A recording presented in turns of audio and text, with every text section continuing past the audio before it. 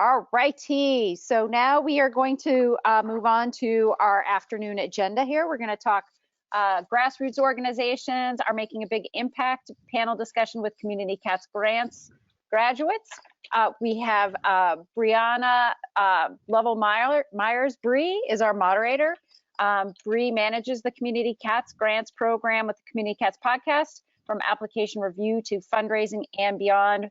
Bree is there for grantees every step of the way in addition to grants. Bree works with the CCP affiliate program, Community Cats pass holders, sponsors, and advertisers, and much, much, much more. And then the other panelist we have here is Dawn Benefiel. I hope I'm pronouncing the last name right, Dawn Benefiel. Dawn has a strong background in client services management and software delivery. She's worked with remote teams locally and in the UK, US, and Asia Pacific. She has a successful track record building, maintaining excellent client partner relationships. Indy Neighborhood Cats was established in the August of 2019 as the only organization based solely in the field of addressing the free roaming cat population. Dawn loves animals, being involved in her community, and dedicated to family.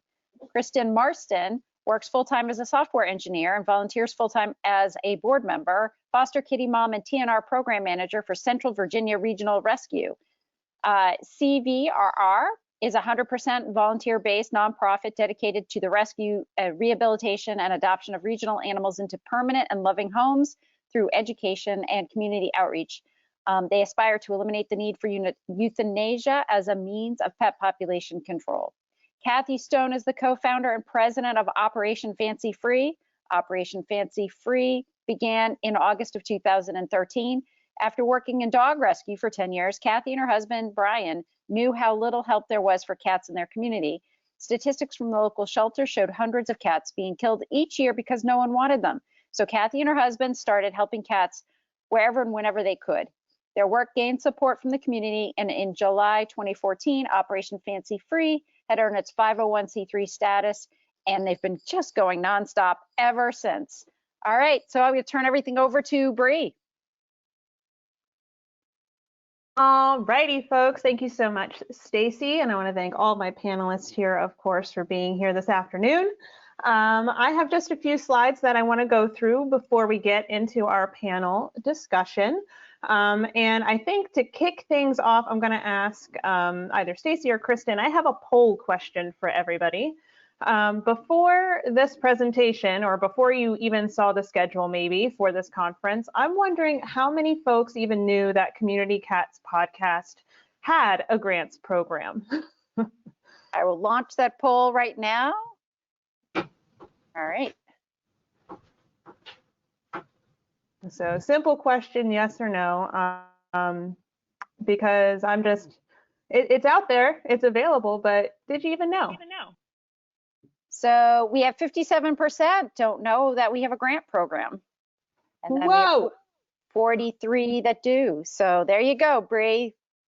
I had a feeling. Okay, actually, I don't think I even turned my camera on. So there you go. Oh, so that's why we missed you. Okay. I do exist. Okay.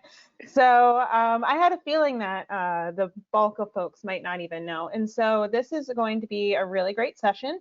So to kick things off, oh, I have one more poll question. So of the folks who did know about the program, very quickly, how many is there anyone out there that has been through the program? Any former grant recipients among us? So just one more quick poll question.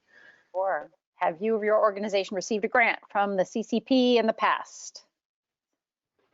So 70% say no, 20% they don't know, and 10% say yes. So we have a couple graduates out there. Okay. Well, good to know. So the grants program has been around for several years. I think the earliest grants were, for 2017. And at this point, Community Cats podcast has issued over, 175 grants is the magic number right now. And so it's been a very successful program. We're very proud of it. And hopefully the folks here on this call and anyone who's been through the program will tell you the same thing, that it's great. But just to go over some information about the program. So hopefully, yep, you can see my screen. Okay, so for those folks who are hearing about this for the very first time, the Community Cats Grants Program is a matching grant opportunity. So what that means is that we ask organizations to plan a fundraiser, and it has to be a brand new fundraiser, something they've never done before, and they have to fundraise at least $1,000. And then once they have done that, the podcast will match that $1,000 with a grant. And so I like to think of it as sort of a holistic program, because not only are we interested in providing money to help your spay-neuter efforts, but we also want to make sure your organization has some support to increase your fundraising efforts. And so it's kind of, you know, the two-parter, the fundraiser and then the actual carrying out of the spay-neuter. So we do have a web page on our website. You can see the link at the bottom. It's community-cats-grants. We have a lot of detailed information. That's also where you will find the application. There's even a little webinar that Stacy and I did that kind of walks through the application and kind of things to look out for. However, to put it in a nutshell, the kind of organization that we're really looking forward to working with through this program is going to be a grassroots group, usually a smaller group that's, you know, has a revenue that's at or below $100,000. Ideally, this group has been around for at least 2 years, so we know that, you know, it has some traction and that it's going to be around for a little while. Importantly, this group has claimed and updated their GuideStar profile. So if you haven't heard of GuideStar, I encourage you to check it out. It's very important, especially if you're going to be pursuing other grant opportunities. It is a resource for grantors who are looking to gift money.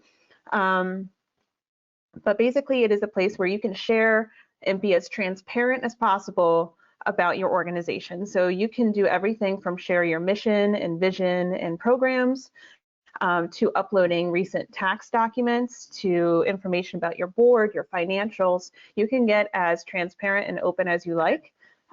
And my personal opinion is the more transparent, the better, because you want potential grant making groups, you want potential donors to know as much about you, to get to know you as well as they can, so that they're going to make an informed decision knowing exactly who you are. And you're saying, here we are, we want to do this XYZ thing. And so it's going to be a better match, I think, when you put all your cards on the table. And so that GuideStar profile is very important to us as well as other grant making groups. Oh, and this is a very important part. You have to have a TNR program, and not just a TNR program that's kind of like behind the scenes. It has to be a public trap, neuter, return program. You have to talk about it. The public has to be able to access it. When I'm looking through applications, I really want to see that there is a TNR information available on the website, that maybe you're mentioning TNR and showing pictures of the work you're doing on your social media channels. It has to be a public, like visually not front and center. It doesn't have to be the only thing that you're doing, but it has to be something that you're doing and not just something that you're doing on the side that maybe the general public doesn't know about. And then, of course, you have to kind of embrace the process and be ready to jump on board and create a brand new fundraiser, which I know can sound intimidating, but we do try to help. And we'll talk a little bit about that with our panelists here later. And so just generally, broadly, what you can expect when you're participating from the Community Cats program, the grant program, is that everything starts with a kickoff call. And so that'll be at usually it's the beginning of the month of whatever month we are starting the cycle. You're going to be on the call with every other grantee that is in your group. And so usually we do anywhere from 10 to 20, groups, just depending on the application size and what that cycle looks like. We will share we have a whole resource guide, and it gets bigger and bigger every time we do this, of just different fundraising ideas that kind of fall into any sort of category, everything from like in-person events through online fundraisers and kind of everything in between. And we talk through the grant process and everything. And so right from the start, we try to give you all the tools and information that you're going to need to be as successful as possible. And then you do have to kind of brainstorm with your group which fundraiser is going to be the right one for you. You know, what are you going to pursue? I don't need like a detailed, here's what we're going to do on this date kind of plan. I don't need the nitty-gritty minutia, but just the overall general, this is what we're going to do. So that fundraising proposal is due and has to be approved before fundraising officially begins. And then you do have about 3 months to fundraise, and that just means within a 3-month window, you have to have raised at least $1,000. Then after that fundraising period ends, you submit a report, and that's when the actual grant award is issued. And then you have 4 more months to spend all that money. And so that is the $1,000 that you fundraise plus the matching grant. And so that is a minimum of $2,000 that you are spending specifically on the spay-neuter of community cats. Now this grant is restricted to the spay-neuter of community cats only. It is not intended for other medical concerns. It is not for trapping equipment or supplies. And it's not for adoptable cats. So any cats or kittens that end up on your adoption track, this is not the bucket of money for them. It is specifically for cats who are in that TNR sort of area.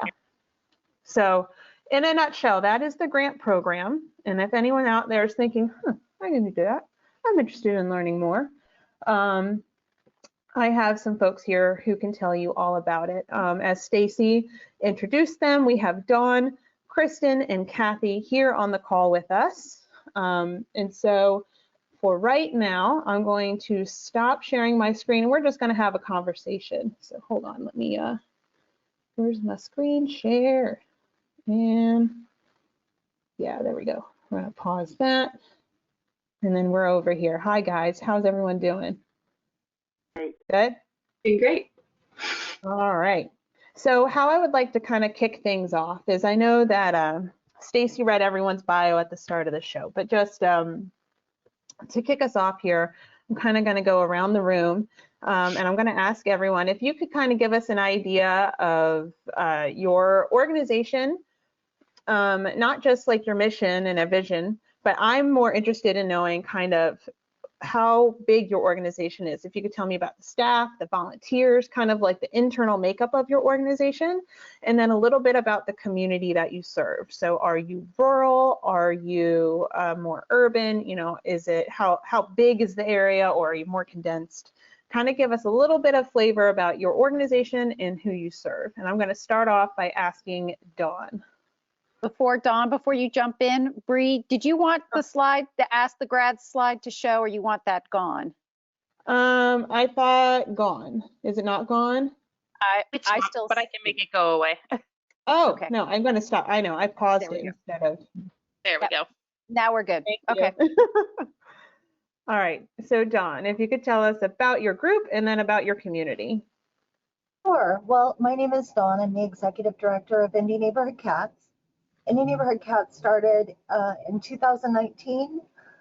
We started with 5 board members and a vision of bringing grassroots, boots on the ground support to the residents of Indianapolis, Indiana. In the size of our organization, right now we have 15 dedicated volunteers that are regular along with our board. We have a working board, and we had an exponential rate of growth. We started about 6 months before the global pandemic hit in 2020, and we got catapulted into the outcry of support for the cats that lived outdoors during some of that crisis and clinics closing and things of that nature. Indianapolis is, I believe it's either 15th or 17th largest metropolitan city in the country. If we had known what that would look like when we started, I might have been a little more terrified. So I think it was good we didn't know what we were getting into before the pandemic. But Marion County is where we serve, and we are laser focused on maintaining Marion County only. We know that Marion County has 1 million residents, give or take, and it has a large urban landscape, but it also has, it's so expansive geographically that we do have a lot of rural coverage in the outskirts near the borders of the counties that we don't serve. So we have a large challenge ahead of us there. The one thing that we do have is a very strong support in Indianapolis for community cats.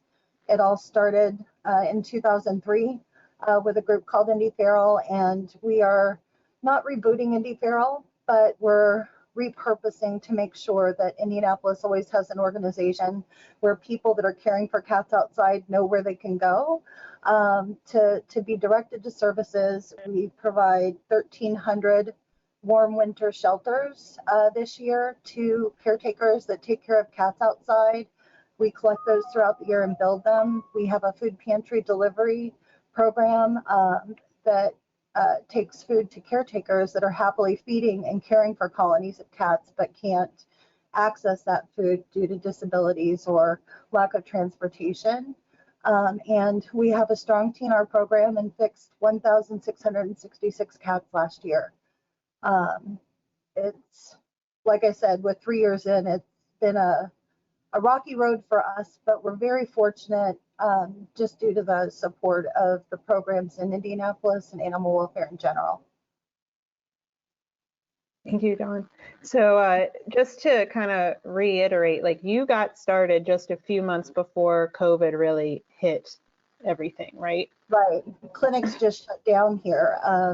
We had one major clinic that did about 2,500 community cat surgeries closed down for most of 2020 and didn't reboot and go back to full speed until July of 2021.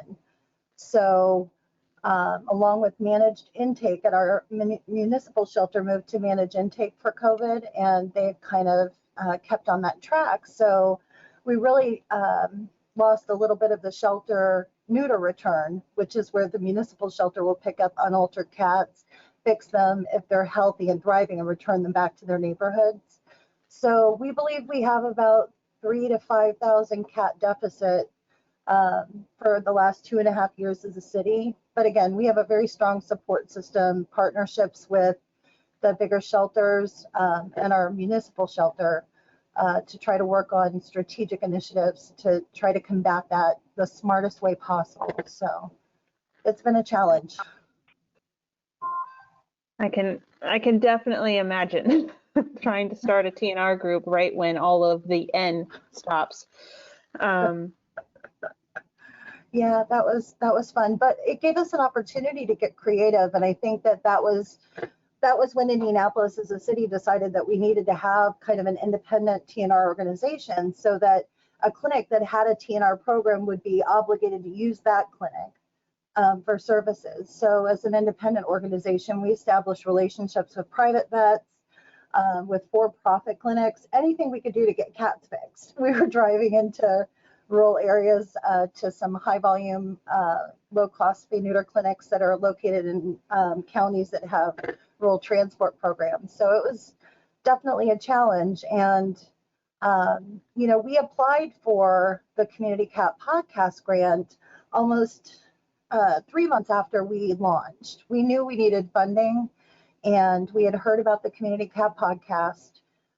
We submitted our application, but because we launched and literally just catapulted, we didn't have time to establish a strong message on our website. And we had to come back and revisit that podcast grant based on feedback from Community Cat Podcast.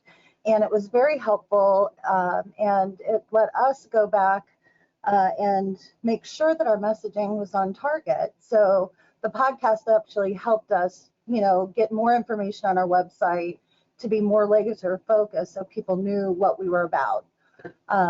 And a lot of people get scared of submitting applications and failing, but you know, if there's one thing that I can say is don't be afraid. I know that Bree and Community Cat Podcast came back to us, gave us feedback, we reapplied, and you know, we got invited back to take part in this great program. Thanks, Dawn. And yeah, so it's kind of that two-parter of being such a new organization and then also not having that messaging real tight. And we, with this grant program, really want to target the grassroots groups. We want to support the folks that are out there just getting started and working as hard as they can, boots on the ground in their communities. But we also want to make sure that everyone is as successful as possible. And so to do that, we know that there are certain, boxes that we got to check to make sure that you're truly ready for this process. And that not only for our grant, but once you've been through our grant program, hopefully you're ready to go tackle and apply for another grant program.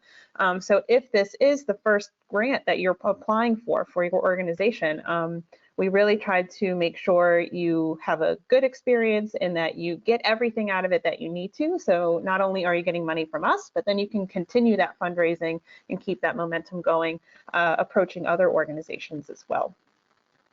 So we kind of went off on a tangent there. So I want to circle back. Let's talk to Kristen. If you could tell us about your organization there in Virginia, your community, and just kind of who you serve.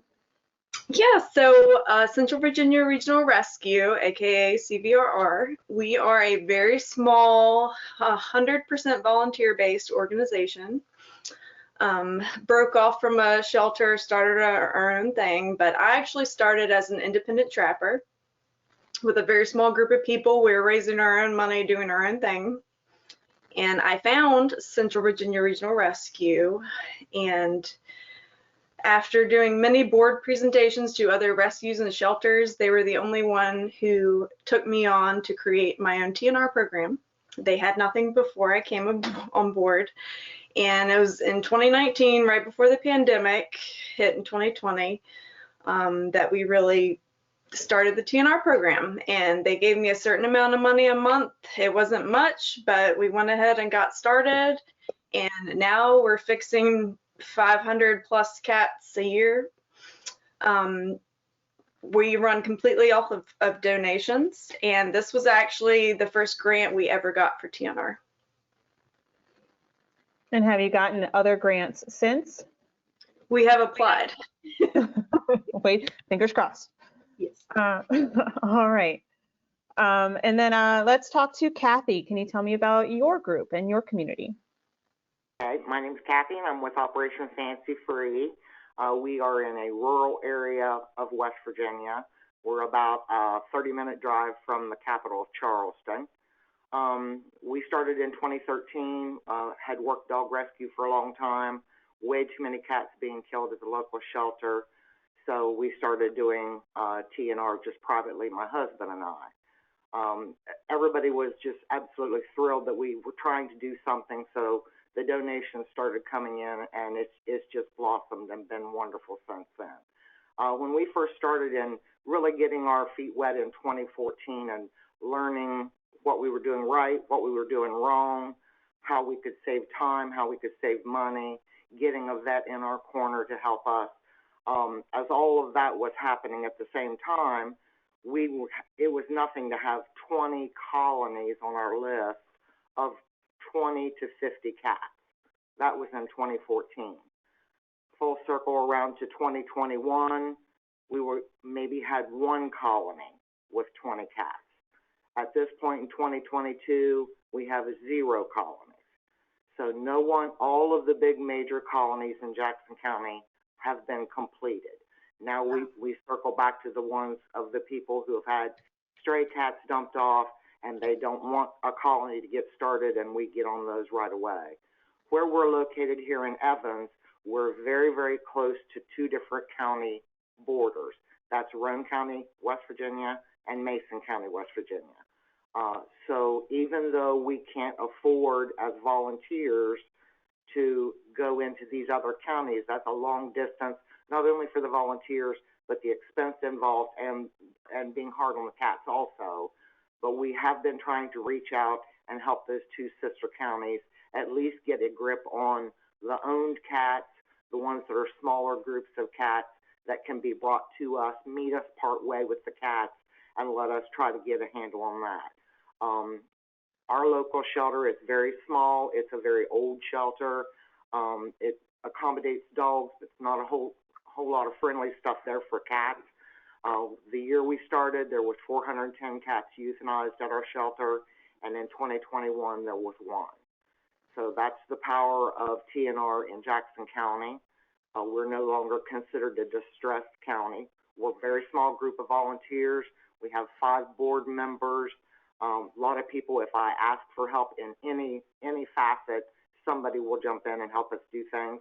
But for the most part, we're a very small group of 3 to 4 people that just get out there and get it done. Our biggest blessing is having a vet clinic that has been dedicated to our program and TNR since 2015. And they give me anywhere from 15 to 30 vet spots a week. They understand that we're trying now to help those low-income people that don't have any options to get their cats fixed. So it's been a partnership that has just absolutely been wonderful.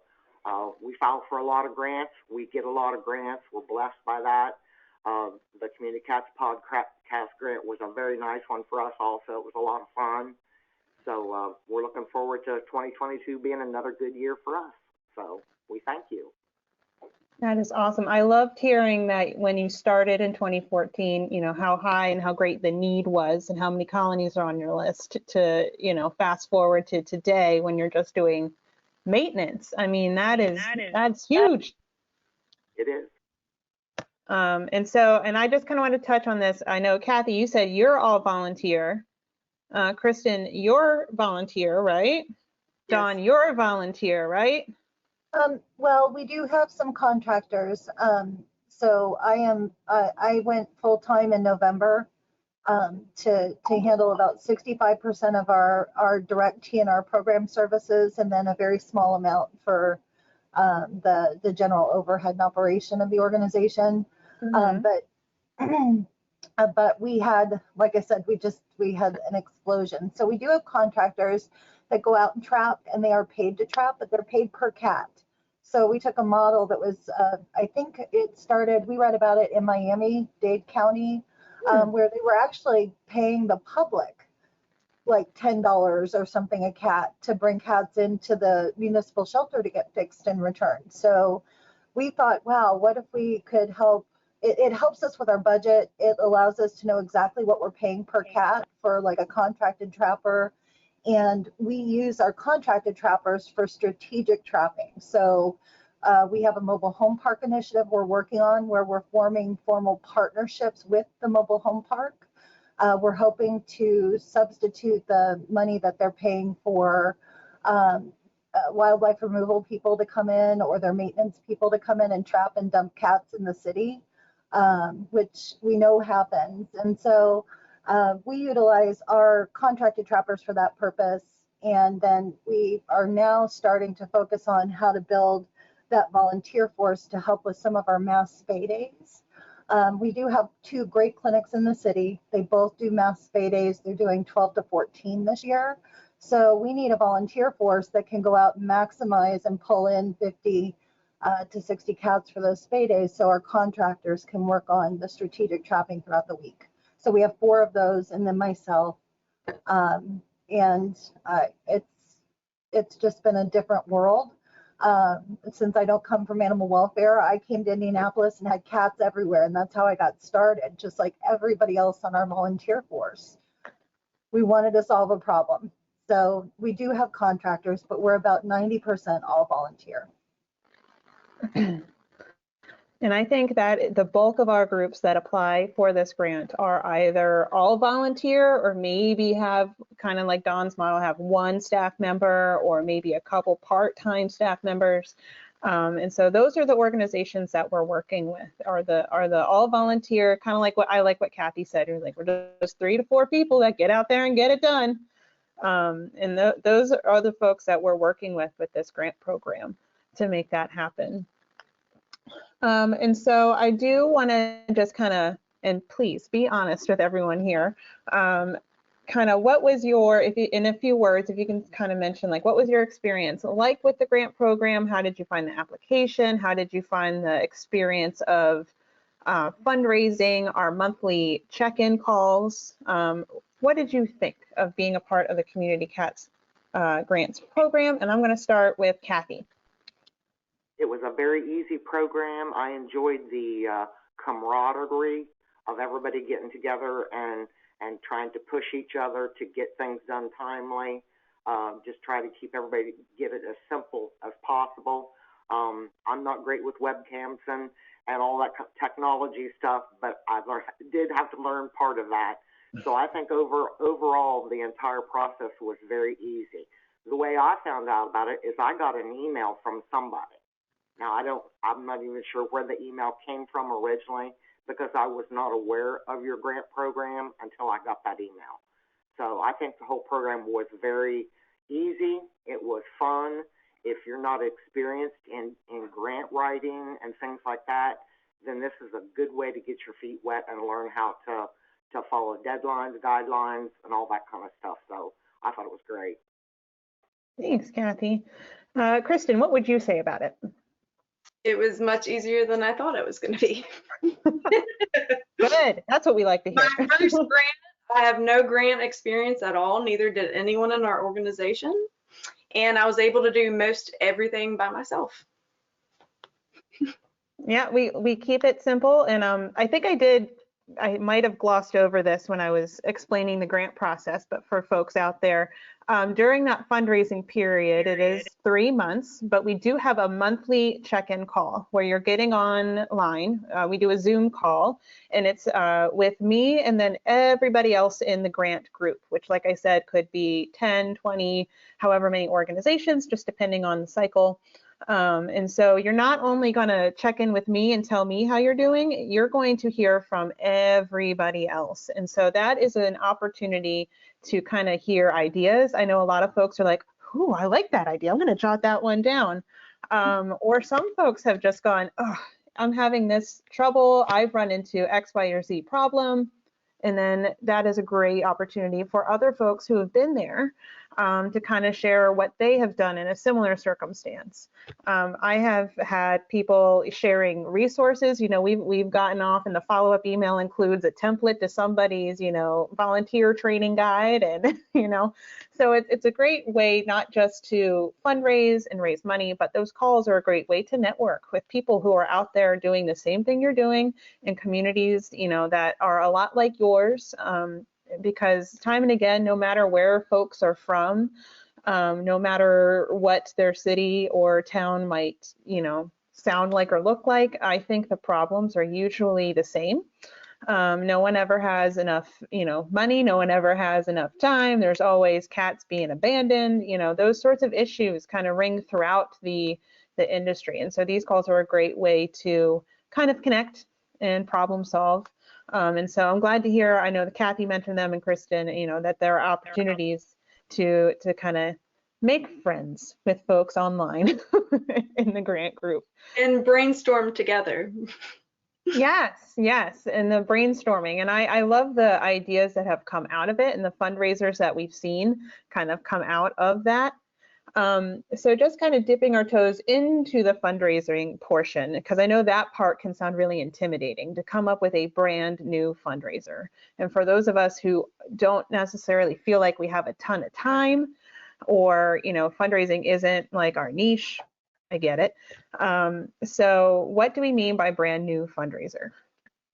Now, I want to ask each of you what your fundraisers were a little bit. And so I'm going to start with Dawn. Can you tell us a bit about your fundraiser and what you ended up putting together? Sure. So we knew a business owner that had a pretty historical tavern called Behringer's. It's known for kind of they're on these haunted mystery places and stuff like that, because it's supposed to be haunted by the original owner named Hattie. They had a bar cat named Hattie. And Hattie was a tortie cat, and she was known to jump in cars. Like in the summer when people left their car windows rolled down, they had big signs that said, "Please look out for Hattie in your car before you leave," and little paw prints on the cars. And she had her own Facebook page, and we just adored her. And our city had just lost a cat named Pirate Cat. Pirate Cat was our kind of infamous ear-tipped cat that everybody knew about. And so we were trying to help get Hattie known, just to kind of be one of those spokespeople. And so we decided to reach out to the the owners of Behringer's and asked if maybe they would consider letting us do a fundraiser there during the summer. And they were so accommodating. They thought it was really cool. We got it all planned, and we had immediately after launching the event on social media and starting to get it out into the universe, Hattie was diagnosed with terminal cancer, and she passed away. And we thought we were done. We thought, oh my gosh, Hattie, we can't do a Hattie bash without Hattie. And the owners contacted us, I think within a day of the announcement, and we were just prepared to go ahead and cancel out of respect. And they asked us if we would consider continuing so that we could do the bash in her honor. So they arranged to have live music come in. The live music gentlemen donated their time, so usually they got paid a fee, and we wanted to make it nice and fun. And Behringer's had a patty melt that they used, and so for the event they got some marbled rye that when you grill it in a sandwich, it looks a lot like a torty cat. So they had it, instead of a patty melt, they called it a Hattie melt.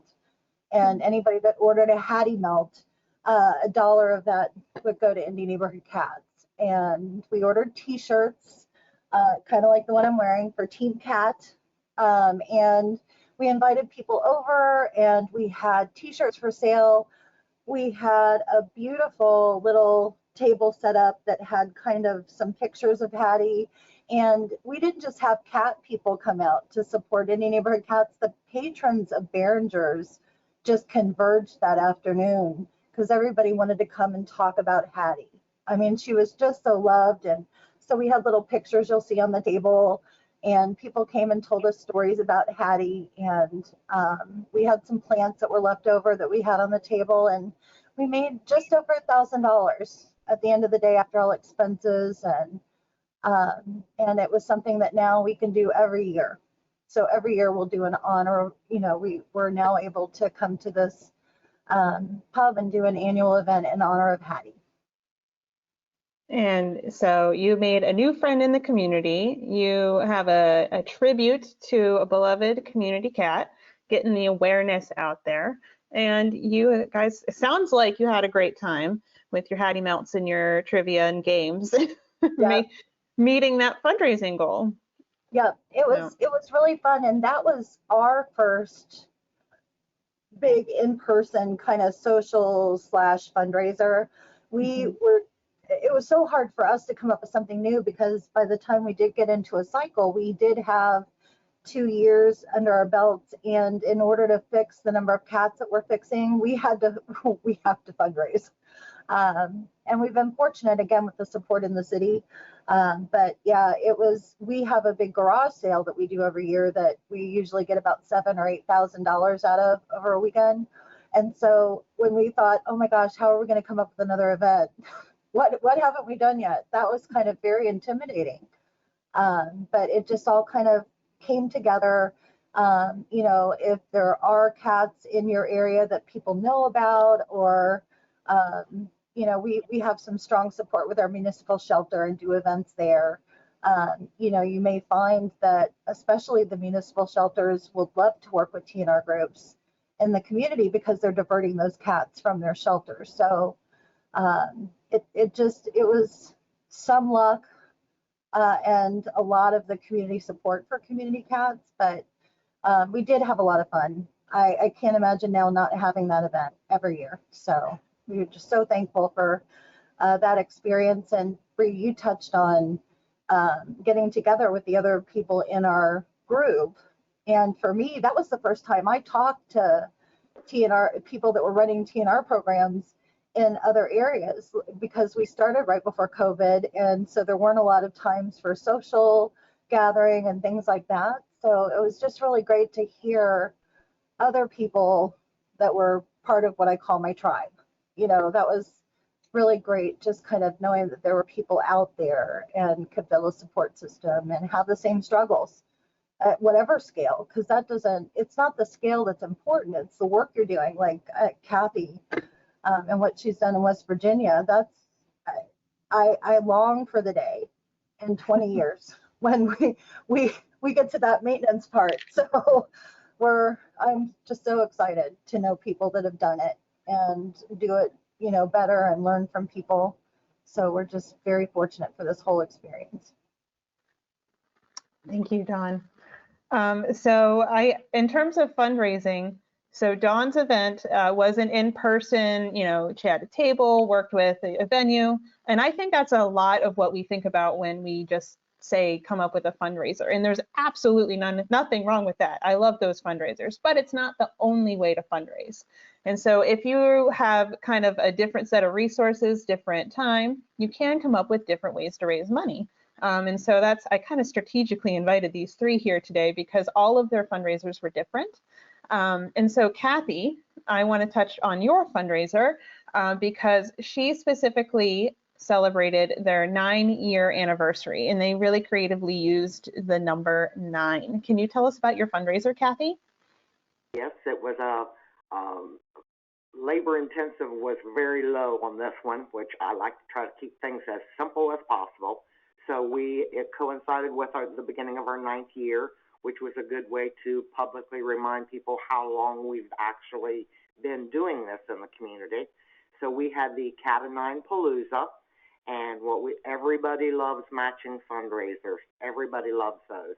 So everybody was asked to give a $9 minimum donation, and with that donation, their name was put into a bucket for a birthday bash drawing. So we did of course they could give more than $9, and many people did, and we ended up raising $1,921 just in online donations for the most part. We had one in-person event that was our local Tractor Supply. We set up a table, and again, we got to just do some public relations work with our community and got some donations that day as well. And then, of course, on October the 1st, we awarded the 9 birthday bash prizes to 9 of the different people that had entered into our Cat of Nine Palooza. So it was an easy fundraiser to do. Everybody liked it. When we drew for our birthday prizes, we did that as a live Facebook feed, and that was sort of fun. And our grand prize, the only money that we had in the fundraiser was that the grand prize was a $100 gift card to Kroger's. So the girl that won that turned around and donated it back to us, and we spent it for cat food for the colonies of cats. So it was a win-win fundraiser all the way around. Being able to do things online helped a lot in the age of COVID and people still not wanting to get out and do much. So it was wonderful, and it was an easy fundraiser to do. And when you had the idea, when your group had the idea to ask just for $9 donations, like we're not even breaking double digits, just give us a $9. Did you imagine that you would raise almost $2,000 doing that? Yeah, I did. You're like, I know my people. Yeah, I've been blessed. All I can tell you is we've been blessed. I knew raising the 1,000 would be easy. And of course, 1,900 was easy because we have people that support us. They know we have no administrative costs. We show them where our money goes. We report how many cats we got sterilized with the donations that they gave us, and they like to see those results, whether they see the individual cats, if they know what street they came from. That isn't as important to them as just knowing how many cats got fixed, and they can see how all of that benefits everyone. So, people are generous. They're just generous. If you explain to them what you're doing and you're going about it the right way, they will help you. So. Well, thank you, Kathy. So it's kind of like the perfect segue because you said people, don't need to see the individual cats, but we're going to transition over to Kristen so I will say that we do ask everyone to come up with a new fundraiser for this program. So I don't necessarily love when people are like, oh, we're going to do a Facebook fundraiser. I'm like, I bet you've done those before. I'm going to need something unique. You're going to have to give me a twist. There's going to have to be a gimmick around it, whether it is our 9-year anniversary, we're going to have drawings for this or that, or something like what Kristen's group did. Kristen, can you tell us about your fundraiser? Yeah, so we had been through a bunch of fundraisers, so we had to get a little creative with this one. And I decided to do an all online fundraiser, and we called it Spay It Forward. And all we asked was that you make a donation to sponsor the spay neuter of one community cat, which for us normally costs about $25 at our low cost spay neuter clinic. So it's not a big ask, just $25. You get to sponsor a cat, and for every donation that we had for a cat, we sent them a picture of the cat that they sponsored with the cat's name, so they could put a face to the money that they donated. And it had a great turnout. All I had to do was create a bunch of really awesome graphics and advertise that we were doing this, and you could sponsor a cat in the community, and people loved it, and we raised over $1,000. And what was the response when people got to see the actual cat that they actually Oh my gosh, it made such a difference, and it attracted so many donations because people, they wanted that personal touch. They wanted that connection to what we were doing. You know, we always post our numbers. We always try to say, you know, we're fixing this big colony, but it, for some reason, it gave you that emotional level where you could see the cat's eyes, and people loved it. And it was just that little bit of an extra personal touch that I'm sure kind of helped make that fundraiser stand out. And then how was it in terms of like, what was the lift? Was it a lot of work, or was it, you know, pretty easy? It was all online, so I did it all behind a computer. I did most of the work. I had one other volunteer helping me, and we just advertised it with graphics, saying, you know, we were doing this. It was going to be matched for $1,000. And I created each individual graphic. I took the pictures of the cats because I was the one trapping them, and then I just sent them via email, and the responses were amazing. So it could be that simple, y'all. You could have an in-person event, set up a table at a local restaurant. You could do an online fundraiser, make it around a certain theme, or just send pictures of the actual cats that you already have to the folks who are helping you spay neuter those cats. So there's really no limit to the creativity. You can do something with as minimal lift or as maximal lift as you would like to do. So I'm keeping an eye on the time. I know that we're coming down to the end of the hour here, but I do want to ask you all, was there anything about the grants program process that you found particularly challenging? Was there anything that was just hard that you would give kind of words of wisdom to folks about? This is open. No? It's easier than you think it is. No challenges. The time feels like a big pressure, but you'll be surprised at how many people will support you. Yeah, I think one of the things we talk about in our kickoff call is just asking people for help, just explaining what you're doing, and then telling them that this is a matching grant opportunity. And those things combined, for a lot of groups, they've never actually told the community what they're doing. I know that one of our grantees, they were out there and they were just doing a table at a local event. It was their first time putting themselves out there like that. And they just opened their mouths and started telling people, like, we do this and we help cats. And people, they made their, I think, fundraising goal just telling people that they do TNR. That alone was enough. So it doesn't have to be a huge, scary fundraiser that, you know, I'm not asking anyone to put together a banquet or a gala. It could be something as simple as a creative online fundraiser that you're just kind of doing from behind a computer. One question that popped up out there, and this is more for you, Bree, are municipalities able to be part of this program? That is a great question. I would have to check in with you, Stacy. What do you think? I'm not sure.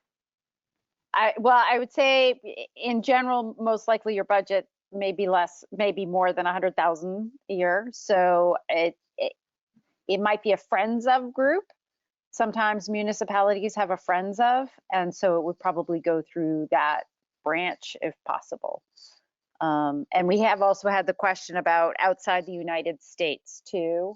And we have to talk to our tax people. I think Bree, you might remember more we went through this before, so you might remember. I know we did Puerto Rico, but we can work with Puerto Rico. But yeah, outside of that, we would have to ask more questions, I think. Yep. There's a question out there from Sterling, and I think this might be more directed towards Dawn. Because you started a program right around when the pandemic started, and I think you touched upon it a little bit, that there were even some potential advantages for your group starting at that time frame. Sterling saying he heard a lot of negative things, but he was wondering if you could accentuate any of the advantages that you thought about sort of starting in the last couple of years. Sure. Well, I mean, again, I think it was there was opportunity because we were the only, we have clinics that, Indianapolis is a large city, so we have the trifecta of community cat support. So we have a municipal shelter that does shelter, neuter, return. We have 2 very high volume, low cost spay neuter clinics that were running community cat programs. And then we kind of initially launched so that we could be kind of a messaging and volunteer and training wing for those programs. So we wanted to be the people on the ground recruiting the caretakers, helping with messaging and providing volunteers to those clinics, if that makes sense. So when the pandemic hit and the clinics closed, one of them closed for almost a year, and the other one was kind of hit or miss, just depending on how COVID was hitting the clinics and things like that. They had spay neuter in most states on suspension for 3 months because of PPE. But the positive thing that came of that is there were still clinics that were doing surgery. We mobilized, and we were the only group in town kind of making that happen and trying to at least think outside the box. And so that gave us an opportunity when Indy Humane specifically decided to reopen. They approached us and said, we saw what you did during the pandemic. I don't know that we should start our TNR program back up because you're doing this efficiently and we'd like to support that. So we basically became outsourced for them, and it's worked beautifully. I mean, it took a long time. It took the pandemic, kind of working when you're talking about the bad word of coalitions. It seems very scary, but we found a very organic way to work together. And so that was, if there was one benefit too, that it established our brand, it established us in the city, and kind of changed the way we thought about the community cat programs here in the city. And centralizing that will help us because we have a city that calls everywhere for cat issues. I mean, they call every clinic, every shelter, and it's just a nightmare. So we're starting to centralize that, and we hope at some point we can have kind of a cat hotline where we're all kind of manning that hotline and have a decision tree so that we can stop the individual fire drills every time somebody says, I need help with this cat, and we go into the database and find out everybody got the same phone call. So I hope that answered the question about how that benefited us as a startup. But I won't lie, there were a lot of challenges to being catapulted from a tiny budget and a couple hundred cats to what we're doing now. But we saw value in it and decided that we weren't afraid to fail if the city found value. So great. And I just encourage folks to consider catstats.org, which Brian Cordes talked about last night for tracking information, or in Massachusetts, they use Mass Cats as another way of being able to have folks connect with one another to make sure that duplication doesn't happen, duplication of efforts doesn't happen. So a couple of options. And we did start a roundtable instead of a coalition. We have an informal roundtable that the stakeholders get together and foster coordinators to help us with access to at-risk kittens and cats that do need shelter services. So that it definitely happens, but it's harder than you think, I think, just because of the size of the city and the length of time that we've had support for TNR. Sometimes that can work against you because people think they know what the right thing to do is. And a lot of messaging to community cats has changed over the last just even 12 months with some of the national organizations. So it's getting the message out about what TNR is now and what that means to a city and making the best decisions for those cats. So.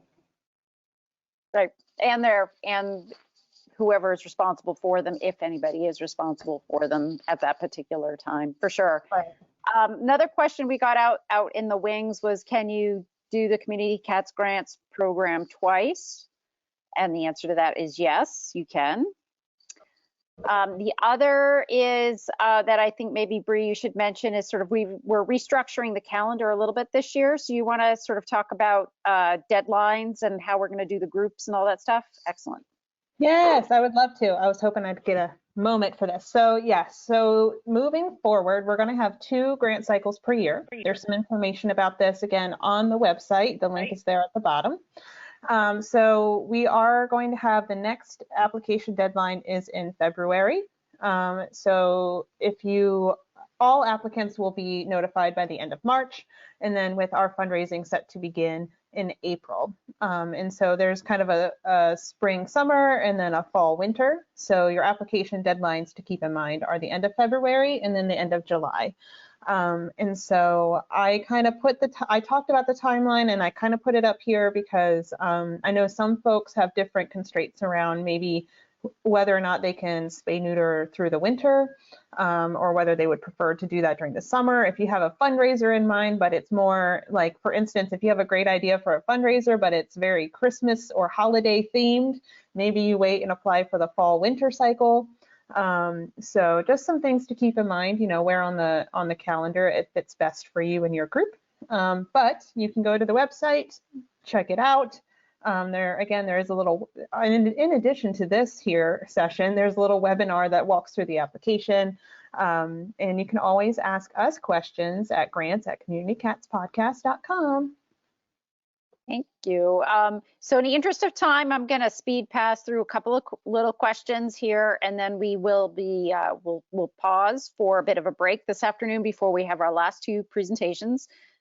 Question about any other cool fundraising ideas?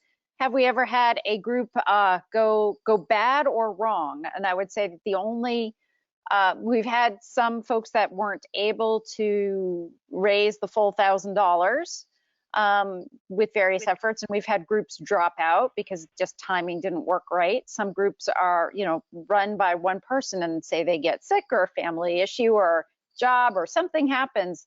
We get it, we understand it. So we do have some groups that do pull out, but we like to stay in touch with them. And if for some reason it works better in another cycle, we will, stay in touch with them and that kind of thing.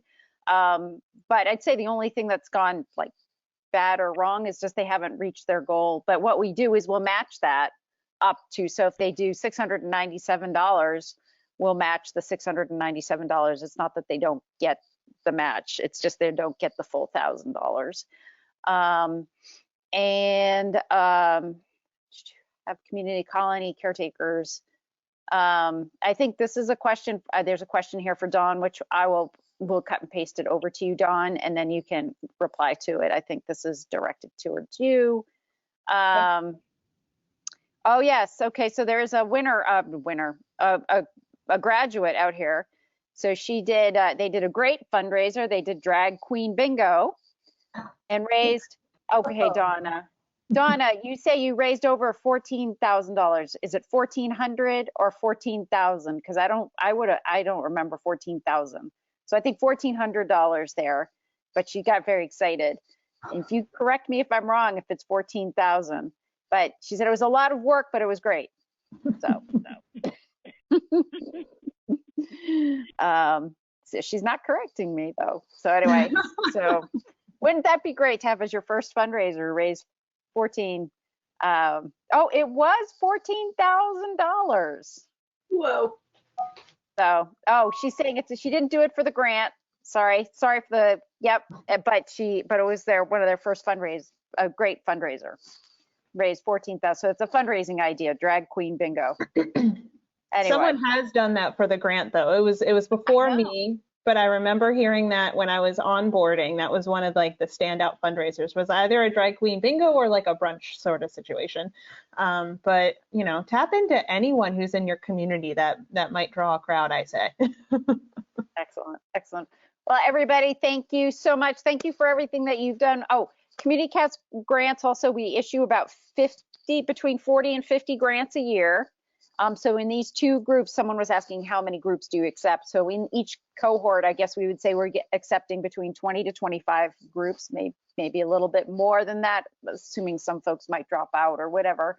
But our budgeted target is to assist 50 groups a year. So just so you know that's where the scale is. We do get quite a few applications, but as I think you can all nod, that the application is quite easy to do. So it's not, it's not overwhelming. You don't feel like you spent a month and a half on it and then you don't get anything, out of it. So, if anything, you get an updated GuideStar profile, which is going to help you for other opportunities.